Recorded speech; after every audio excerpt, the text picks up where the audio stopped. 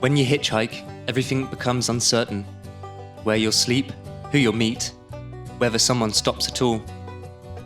And somewhere inside this backpack is everything I think I need for the road ahead. Every item is a choice between comfort and weight, doubt and freedom, because once I leave with this bag, there is no backup plan, just miles and trust.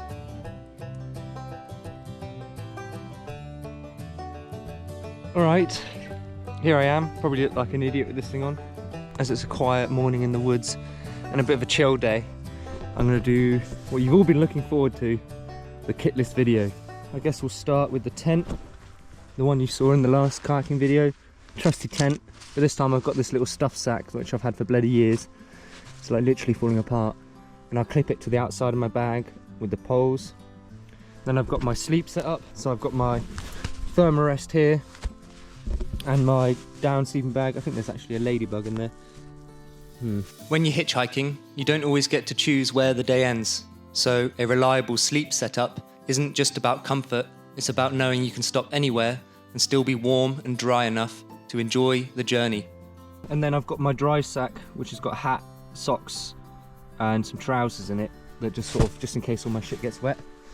And that stuff's down into my dry sack and goes in the bottom of my bag. And then here I've got my clothes bag, which is a bit bigger than normal because I'm going on this stag do. This is my food bag, which became an emergency sign, which is nice. And then I've got water bottles, and this is a poncho that can double up as a tarpaulin. It's got like hoops. A bit of paracord, which has come in useful for fastening my water bottles to my bag. Yeah, water bottles coming down to here. Head torch. These are really important for hitchhiking, in my opinion, for writing the signs and stuff. Just good to have a couple of those on you. Tent pegs, that's because I'm going home on a plane. I can't take good ones, so I've just got these. I've got a GoPro head thing, which I use for climbing, and this great GoPro selfie stick, which I haven't really used that much. And then of course the sat mat to stop me getting piles. This is my third lung. This goes on my body at all times. It's got my passport in it, my wallet, my spare and used SD cards, and those little microphones that you might have noticed me use at the beginning that I haven't used since. When most of your life fits in one backpack, losing the passport or wallet can stop the whole trip. So these stay close to me at all times, not buried in the bag. I've got my little journal in this dry sack, which goes into my colourful backpack. Yeah, journal, hat, gloves, and this snood thing I'm wearing. My old GoPro is a backup, and then this is like my little battery box. I've got 3 new GoPro batteries in total, 3 little old GoPro batteries, 2 battery packs, and yeah, like the GoPro charger units. And then in here I've got all the cables and cords and like my European socket, and then obviously I've got the Yu-Gi-Oh cards just in case someone bad comes around and I need to send them to the Shadow Realm. That all goes into this dry sack in my bag. That's basically it, isn't it? Oh, I've got this that goes in my bag if it rains.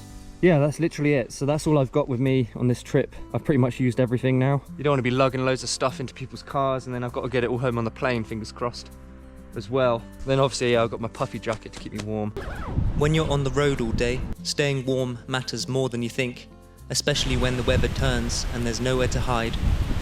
A jumper. That's about it, yeah. So that's my little kit list video for hitchhiking to Prague from my front door. In the end, I tried to keep everything as minimal as possible and only carry what I thought I genuinely need on the road. Every bit of weight adds up when you're carrying the whole trip on your back, but I'm sure there were things I overlooked. So, if there's anything you would have bought or something you think I forgot, let me know in the comments.